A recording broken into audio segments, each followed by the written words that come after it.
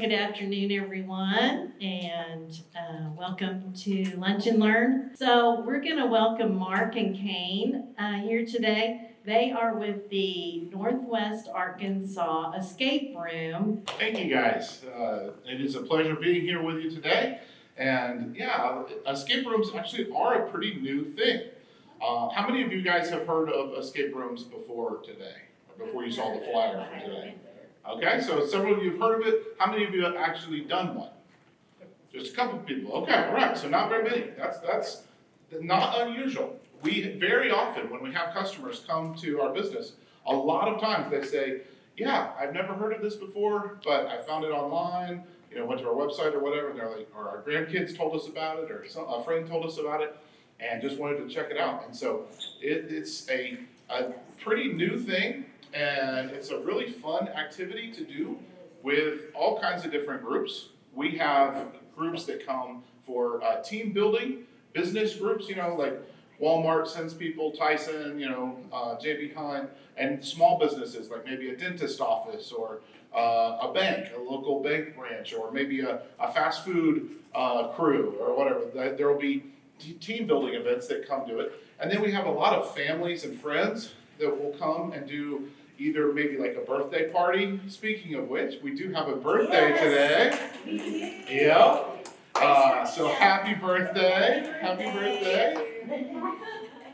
And a lot of times people do come and celebrate their birthday by doing an escape room with their family or their friends. Sometimes we'll have groups that will come in as like a bachelor party or a bachelorette party. Sometimes there have been some groups kind of like yourselves where it's a group of retired people that like to get out and do some fun things together, and so they'll come and do one of our escape rooms as well. And even occasionally we have people who come to do an escape room and propose. So we've had that happen a few times where the guy will call us ahead of time and say, hey, I want to propose to my girlfriend, and can we do it so that in the escape room, one of the, when she opens this certain box, the ring will be there, and then I'll get down on one knee and propose to her. And so we work with them ahead of time, and we build that into the puzzle. And so then when they get to that place, then she opens that up and he asks the question. And so far we're 100% success. Yeah. So possibility you can get that far. That's right. But so far, so if you know anybody who wants to get married and they want to make sure that the girl says yes, you send them to NWA Escape Room. It's guaranteed. So escape rooms are lots of fun for lots of different groups of people, but they are pretty new. So they actually started, believe it or not, with video games. All right? This was a long time ago, back in the 80s. They had some video games where they didn't even have pictures. All right? This was, and you guys, I remember back before we had computers with video games and stuff, and you guys remember that too. But when they first came out, they didn't have all the graphics and everything that they have nowadays. They just had text. And so it would be a game where it would just have words on the screen, and it would say, like, you're in a forest. What do you do? And then you would type in, go north. And then, so, like, you wouldn't see anything. It would just be the next line of text. And it would say, you're still in the forest. What do you do? And then it would be like, go left. Be like, there's a rock. Okay, go right. There's another rock. Okay, go forward. And you would just tell it what to do. And sometimes it would be like, you find a treasure map or something, and so it'd be like, read map or whatever. And so it was all just text. And it would give you this little adventure that you would go on the computer. And then later on, this was later in the 80s, they came up with computer games that actually had some pictures where you could point and click on things. And so people were like, wow, this is amazing. You can click on stuff. And so then a good bit of time passes until 2000, around 2000. And some people over in Japan started making some video games where the picture was a room, where you were in a room. And you were stuck in that room and you had to find a key hidden somewhere in the room to be able to get out. And in fact, there was a really famous one of these. This was in, I want to say 2004. Yeah, in 2004, there was a Japanese guy named Toshimitsu Takagi, all right? And he created a program called the Crimson Room. And it was a very basic, do you remember the Crimson Room? Did you ever do that one? Yeah. You did? I remember doing that when it first came out. And it became really popular. People would take a link to it and they'd send it to their friends and they'd send it to their friends. And everybody would go to this website where it just had this picture of a room and you had to click on different things in the room to find keys and open drawers and open the door and be able to get out of the Crimson Room. And so it was really popular. And so then someone had the bright idea, well, if this is fun to do on a computer, imagine how much more fun it would be to do in real life. And so that is how escape rooms were born. And so there was a guy named Takeo Kato, and he was also in Japan. And in 2007, he made the first escape room. So escape rooms have only been around since 2007, and that was over in Japan. The first one in America didn't start, yes? So this has nothing to do with Houdini? Houdini, no. This has nothing to do with Houdini, no. Other than Although Houdini was an escape artist. So he was very good at getting out of chains and that sort of thing. And some escape rooms do actually put you in chains.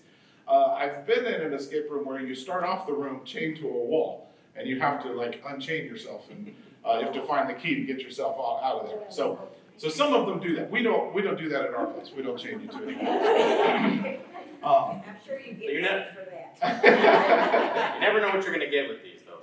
That's You can right. start chained up, or you might not. Yeah, You can that's start right. off in a prison cell. That's right.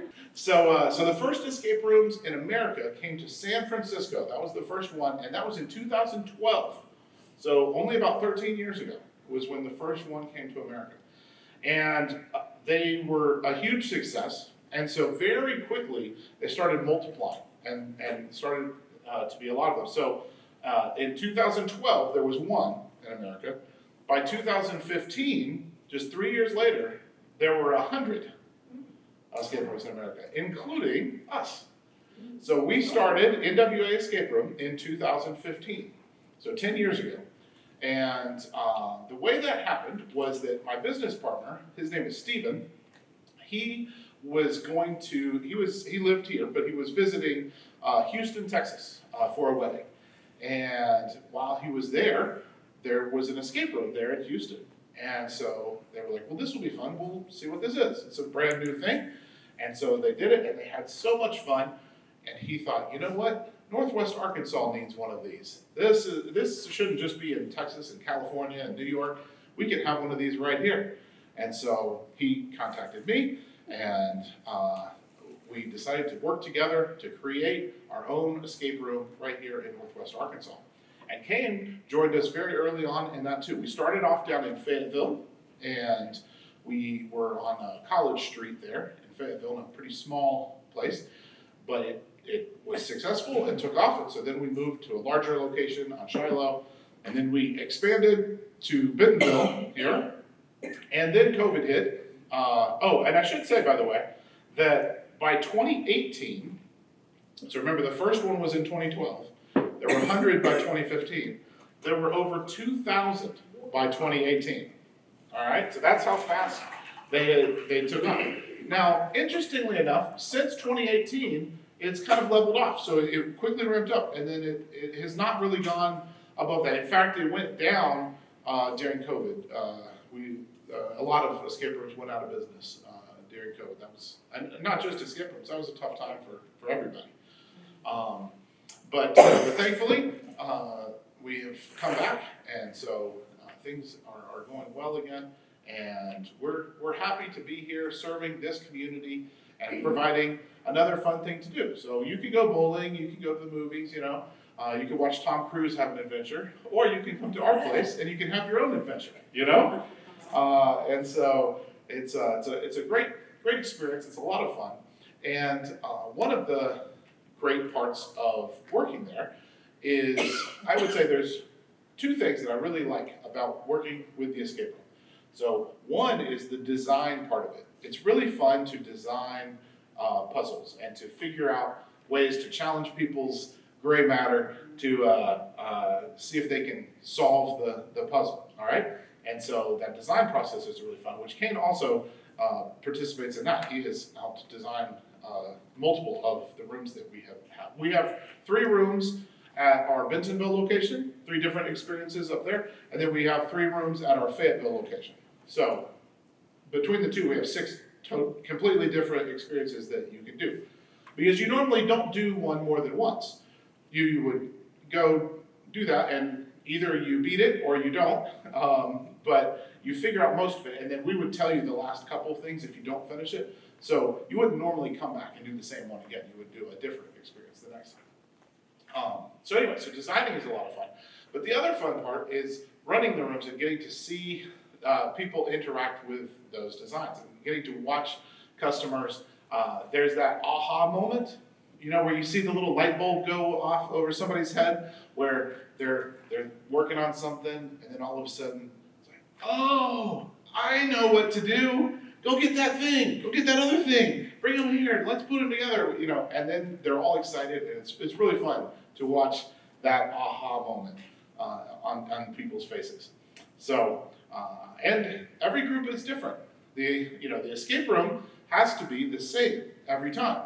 When a group finishes with an escape room, then we will put everything back the way it was, exactly the way it was before they came. And it has to be perfect because a lot of the puzzles depend on where something is or how something is arranged. And so if it's messed up at all, then it will mess up the puzzle for the next group. And so you have to make sure that you put it back perfectly the way that it was.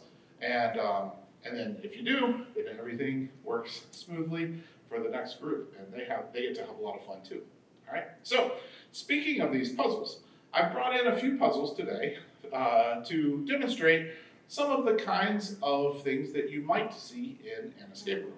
All right. So. I have a question. Oh, sure. Yeah. Now, are these rooms dark? Oh, good question. Good question. So. Again, there's a lot of variety in escape rooms. So sometimes they are dark. Most of our escape rooms are not dark. We have one room where you start off in a room that is lit, and then you find you gain access to a passageway, a secret passageway, and the secret passageway is dark. All right, but I mean, there's still light coming from the room where you were in. But it's pretty dark, you know. And then when you come out the other side of the secret passageway, there's another room, which when you first walk into it, it's dark, but all you have to do is turn on the light switch, and then it's light. So now what's funny is sometimes people will go into that room and they won't turn on the light switch, and they'll just stay in the dark for a while. Like they don't have to. All they have to do is turn on the light switch, but sometimes they don't think of that or something, and so that's always interesting. But that's our only. Of all of our rooms, that's the only one that has any dark parts. What about different kinds of sensations, like flashing lights or smoke in the room? Sure, yes. Sometimes there is smoke in the room. We don't do any flashing lights really, but that might cause seizures for some people, you know. That's one thing is you do have to be very careful about safety in doing escape rooms. We have to make sure that at the same time that we're providing a really fun and exciting experience, that it's also not dangerous for our customers.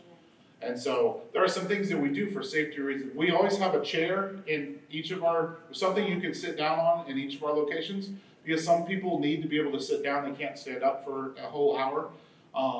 We always have to make sure that doors stay unlocked so that you can always get out of places in case you either. It could be an emergency, like if there was a fire or something, you'd have to be able to get out. Or also it could be, some people are claustrophobic, and just the feeling of being, I'm locked in a room is scary to them.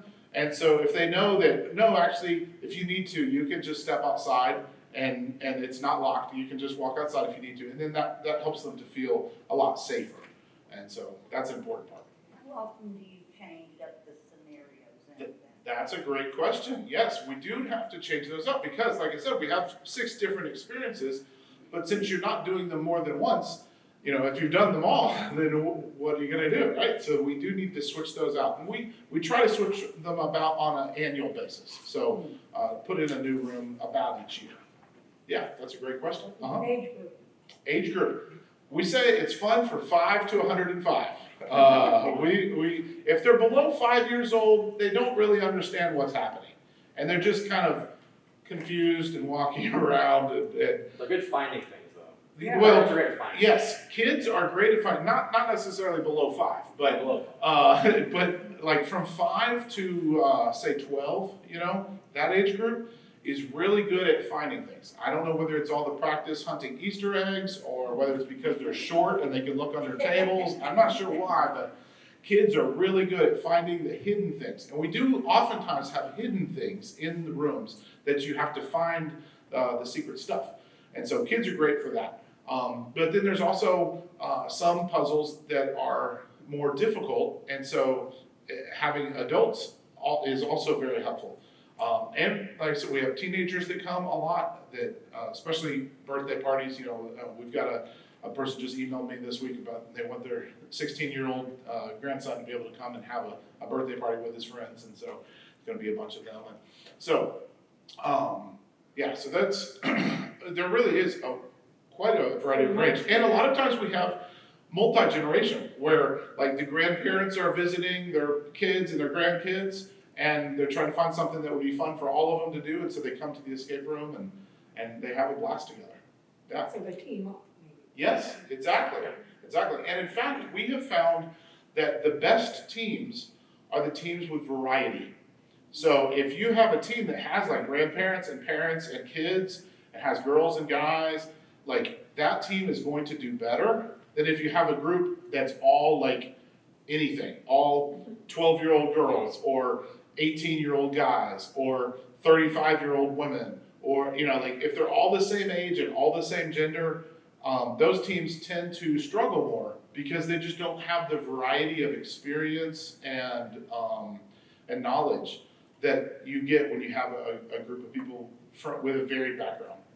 Yeah. Is there a specific number of people that can go through at one time? Like you don't want 100 people or 50 Right. people or. That's exactly right. Yes, that is very important to think about, because if you have too few people, then there's too many puzzles for them to figure out. And again, the whole like 2 heads are better than 1, right? Well, 4 heads are better than 2. So if you have too few people, they can really struggle. And if you have too many people, then what we see happen is that some people will be involved and will be participating in whatever the puzzles are, trying to figure things out.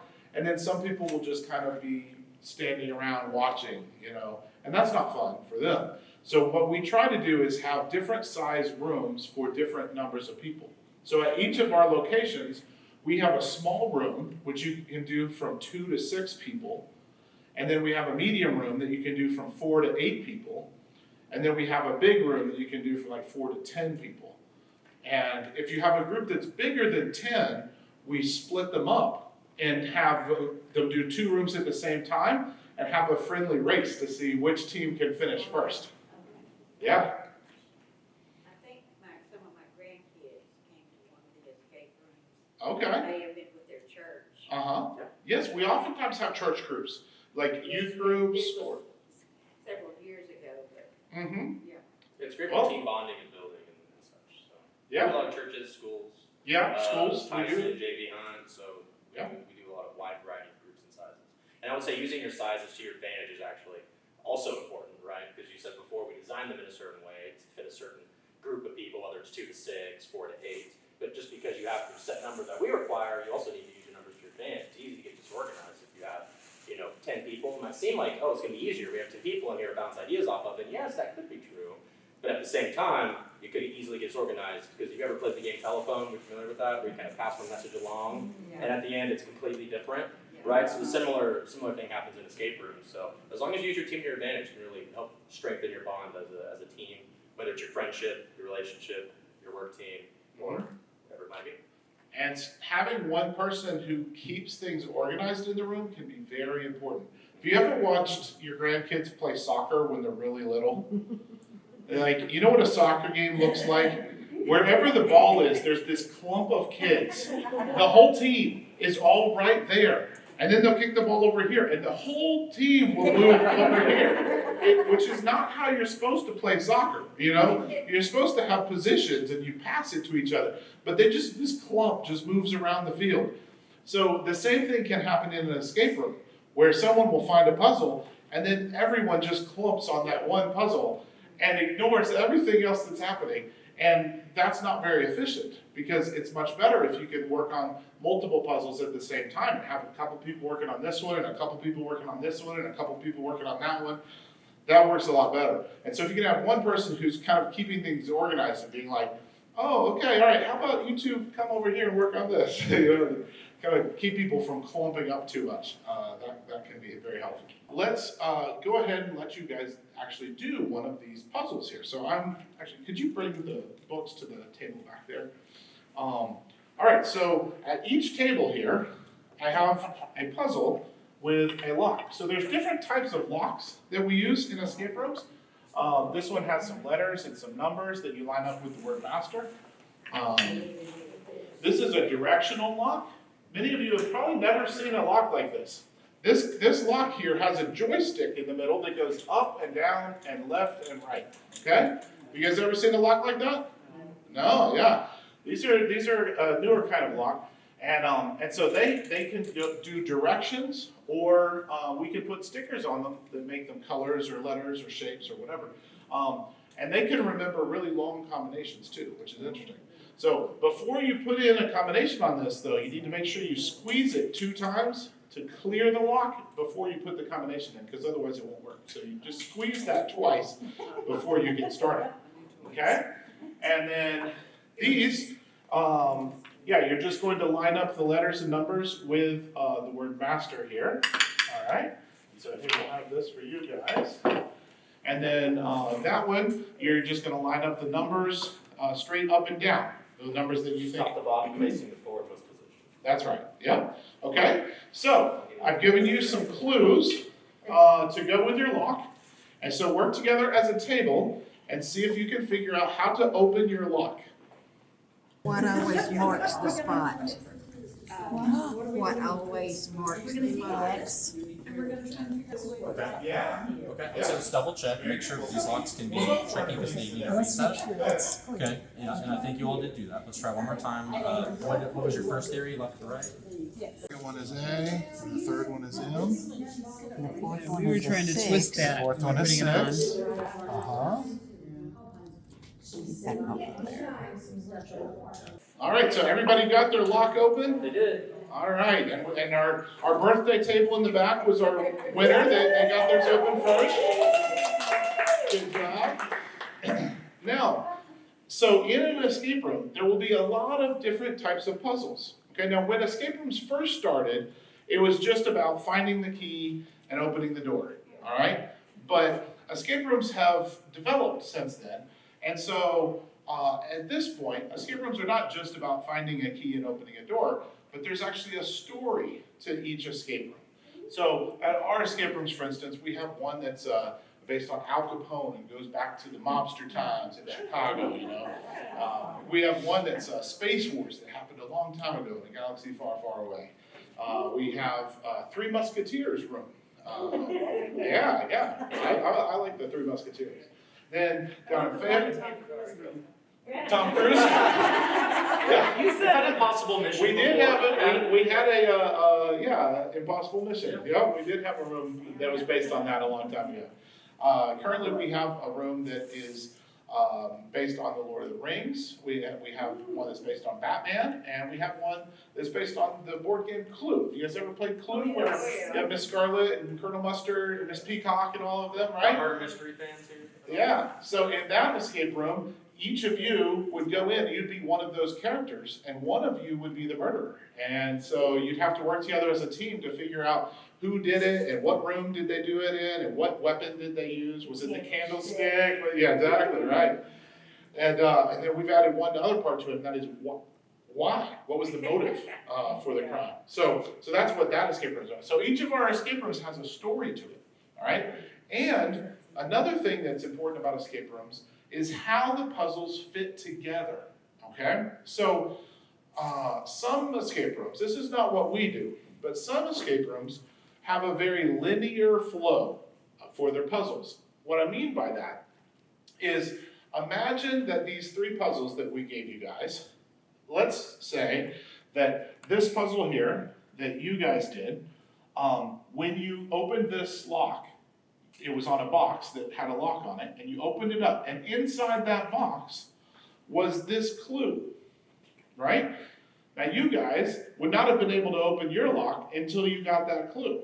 But then you get the clue after they open their box, and then you figure out yours, and you open your box, and inside that is the clue that you guys got about what marks the spot. And so then you're able to figure out your thing.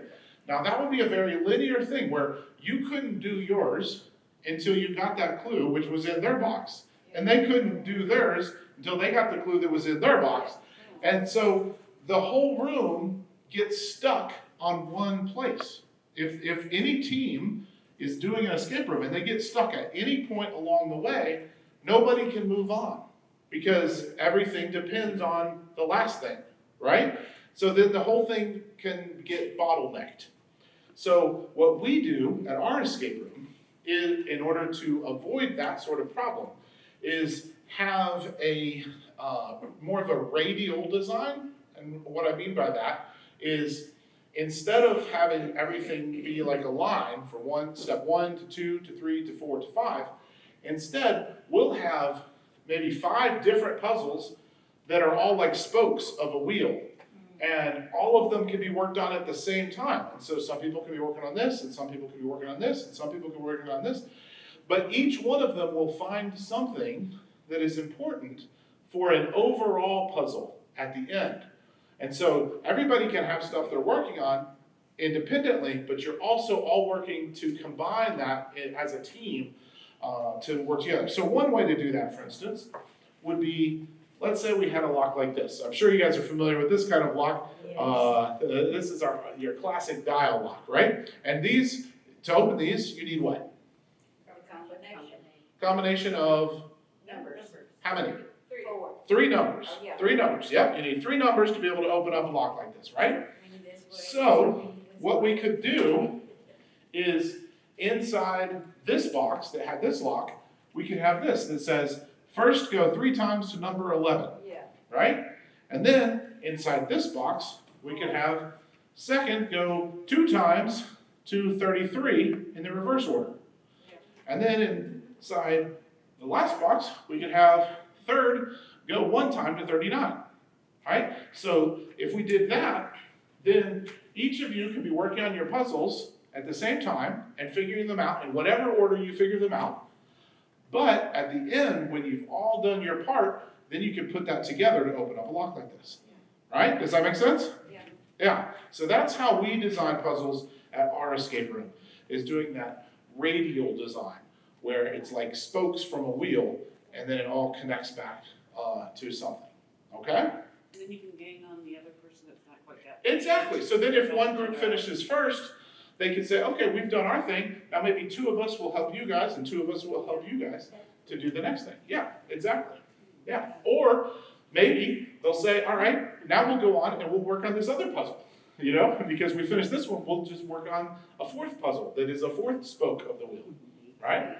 So it's not, and that way too, you can utilize the skills that each person has as an individual. Now, a lot of times we'll have people who come in who've never done an escape room before, and actually, a lot of times it's some of our older customers, and they'll come in and they'll be like, I'm just here for the grandkids.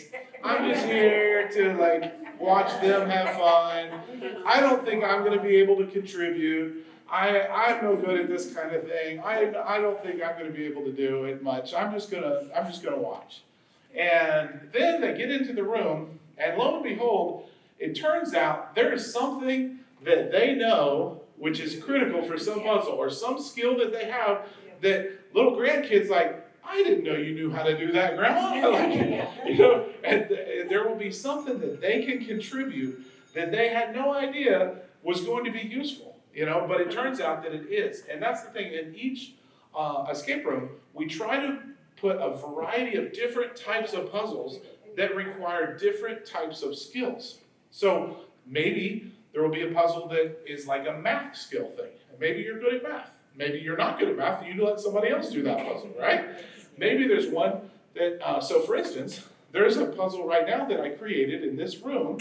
So here in just a couple minutes, we're gonna split up again, and I'm gonna let you guys go around the room. So these puzzles that I brought, these are things that we've done before. But when I was coming here, I checked out this room ahead of time, and I actually created a few puzzles based on this room itself. And so we'll let you look around and see if you can solve some puzzles here. And one of them, I will say, is going to depend on someone having skill in music. Does anybody in here have music skill?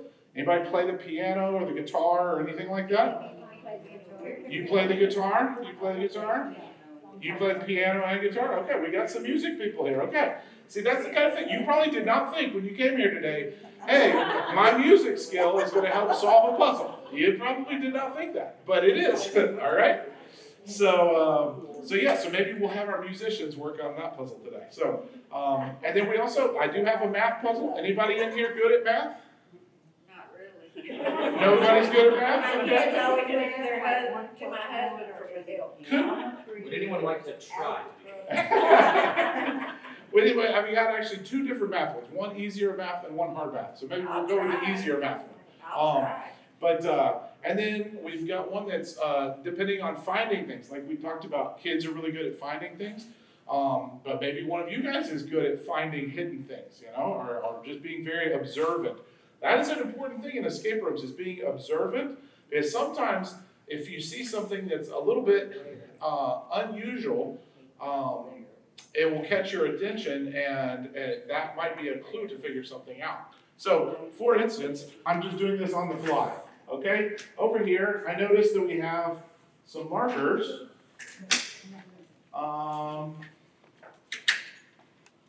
So, here, and we have some magnets, Oh, goodness. all right?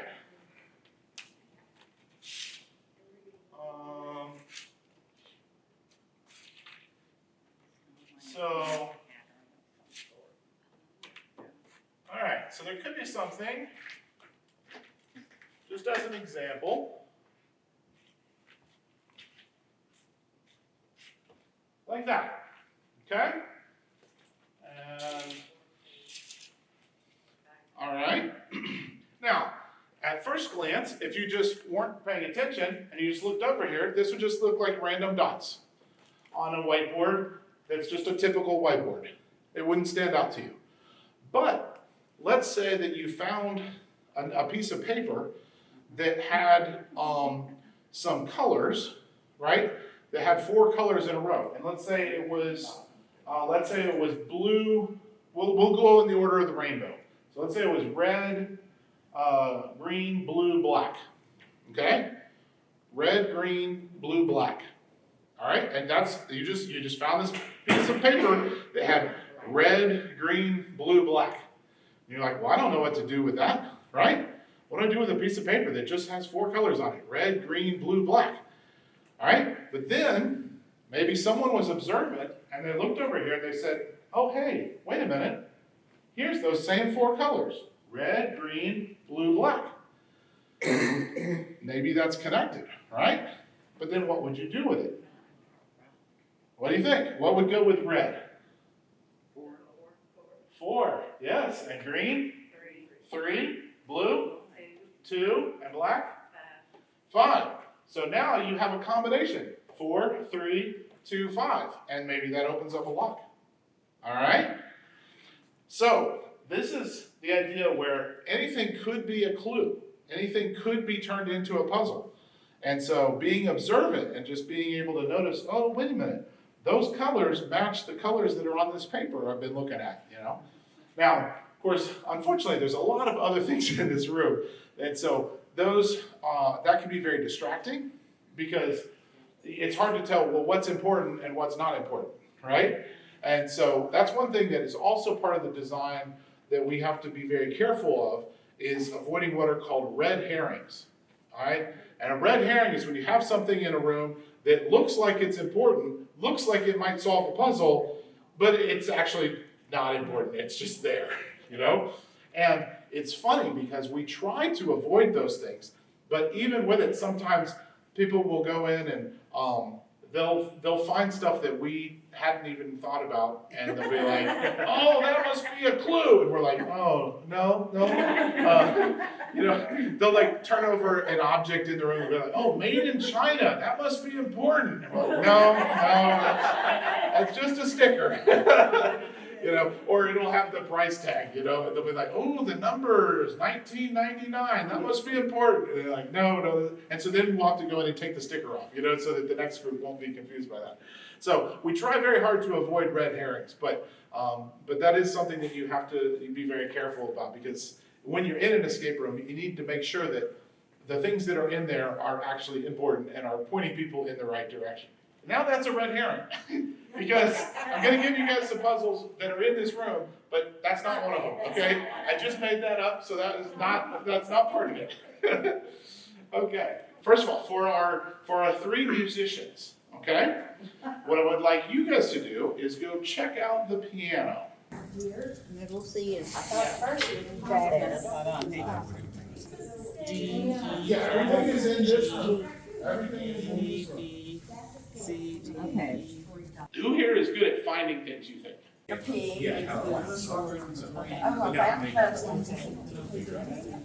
every good boy does find is just a bird, just a bird, things. All right, our person who works here and 2 people will have you work on this one. This is for you two. So where you are is what? Friends of the library community. Okay. I actually ignore this part, because if you look outside the door, it just says community. Yeah. That's what I was thinking. Okay. Yep. So mine is COUNT.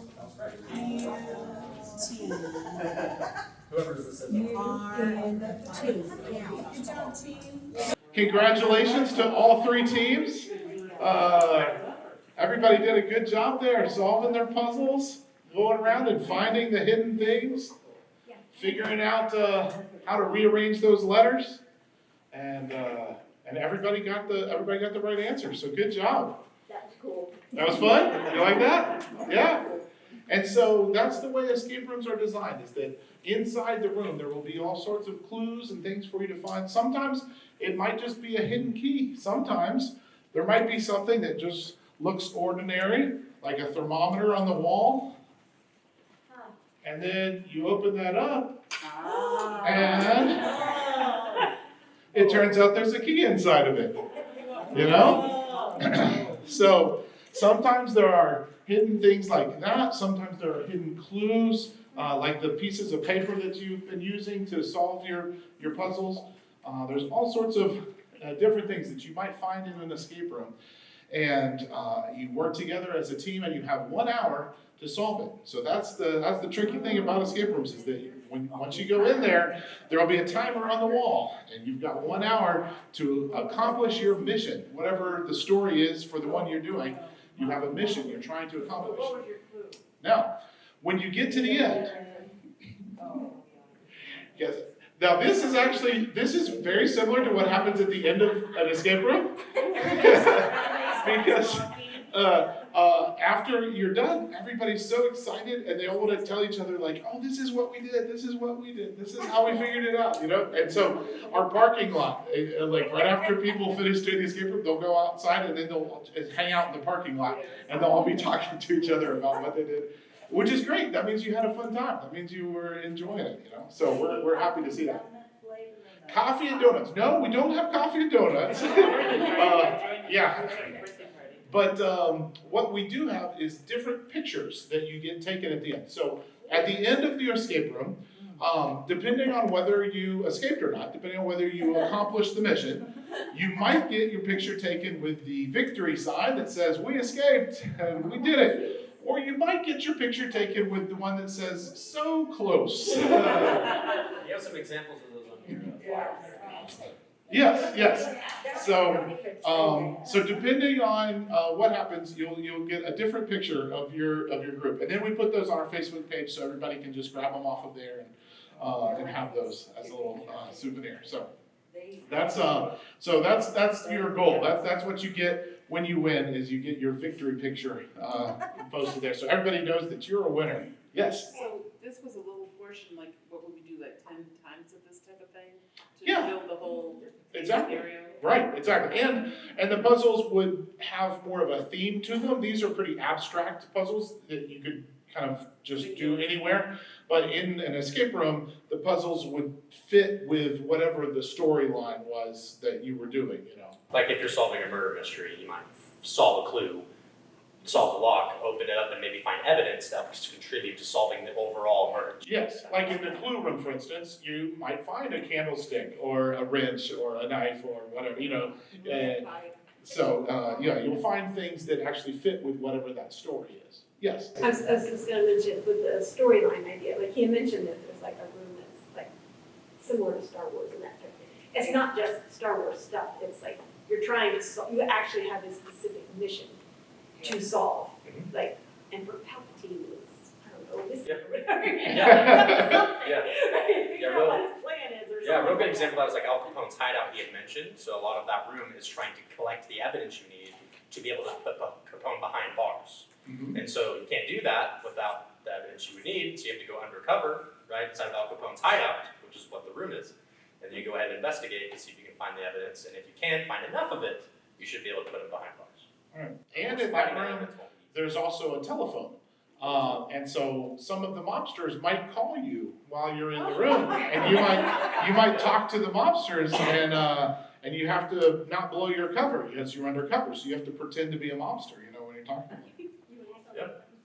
Yeah, and they might have really good information for you, but you have to, be willing to get them to believe that you're actually where you belong, if that makes sense, because you're an undercover detective in this So place. you're So lying, you gotta swim with the fishies. That's right. Yeah. Give you some cement galoshes, right? Capiche? But if Yeah. you don't get the information you need right, they could be like, something's going on down there. I don't quite understand where you're going. Should I send someone over there to check in on things? No, sir. No, okay. Don't worry about it. Okay, I'm gonna call you back here in a minute. That's I right. have the answers you need. Yes. And it seems like many of these require background information, like this group probably doesn't know much about Batman. Sure. Those characters. That is a good question. We all know What that's if you- before Game Clue. Right, exactly.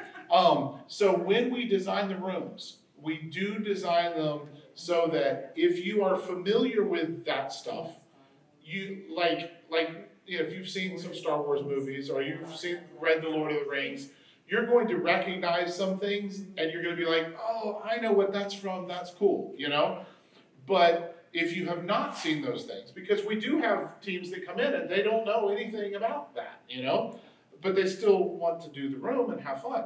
And so we make it so that that extra knowledge will add some coolness factor for you, but it won't make it so that it's impossible to do the room. That the puzzles you'll be able to solve with either just what everybody knows, or we'll put something in the room so that you would give you the knowledge. So for instance, we had our group that did the piano, right? Well, for those of you who don't play the piano or don't play music and you don't know what notes are called, right? Then that puzzle would have been very difficult for someone who doesn't know anything about music. So if we had a puzzle like that in the room, we would also put like a beginning piano book in the room that like had the keyboard and showed what the names of the keys were so that you would be able to do that puzzle, all right? Or if we have a chess set in a room and you don't know how to play chess, we would have like a beginning chess book that showed you like, this is called the king. This is called the knight, or whatever, So we would have something in the room that would help you to be able to solve the puzzle, even if you didn't know anything about it. Yeah, great question. If you book a venue like this, Mhm. what do you charge? Good question. That's also a good question. So yeah, if you want to book the escape room, you would go online to NWAEscapeRoom.com. So it's just our name, NWAEscapeRoom.com, or you could just call. Yep, you got the flyer there, you can just call. That works too. And each of our experiences is basically 23 per person on weekdays and 25 per person on Saturdays. So basically the same as like going to the movies and buying a big popcorn. But again, instead of watching somebody else have the adventure, you get to have your own adventure. So, yep, that's the pricing on it. Yeah. Any discounts for like birthday party? Good question. The only discounts we have are for very large groups. So you remember I talked about if you have more than 10 people, then we split up into smaller groups and do multiple rooms at once. So if you have a large group like that, then we do discounts. Yes.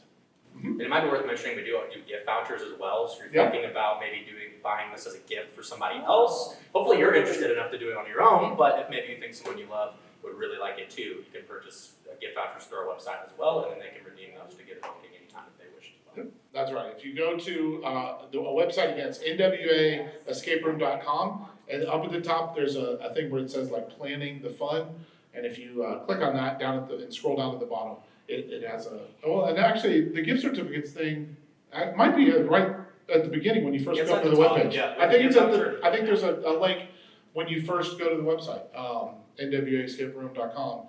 Up at the top, it'll have a link for if you want to get a gift certificate. And if you're not very tech savvy, you can just call us too. Yeah, we got your back on that too. That's So right. where in Bentonville are you located? Just like by what? Do you know where 14th and J Street come together? Close to the high school? Yeah, that's where we are. There's a little shopping center called Pinnacle Plaza. There's a State Farm right there on 14th Street, and we're right next to State Farm there in Bentonville. Yeah. We're also in Fayetteville too, so I might be doing my job. Yep. We all have the same rooms in Fayetteville. No, totally different. Wide variety of things. Yep. The Clue Room is down in Fayetteville. The Al Capone Room is up in Bentonville. Where's the Star Wars? That's in Bentonville. All right. Well, thank you very much for having us here today. It was a joy getting to hang out with you guys with some fun puzzles and learning a little bit about what escape rooms are all about.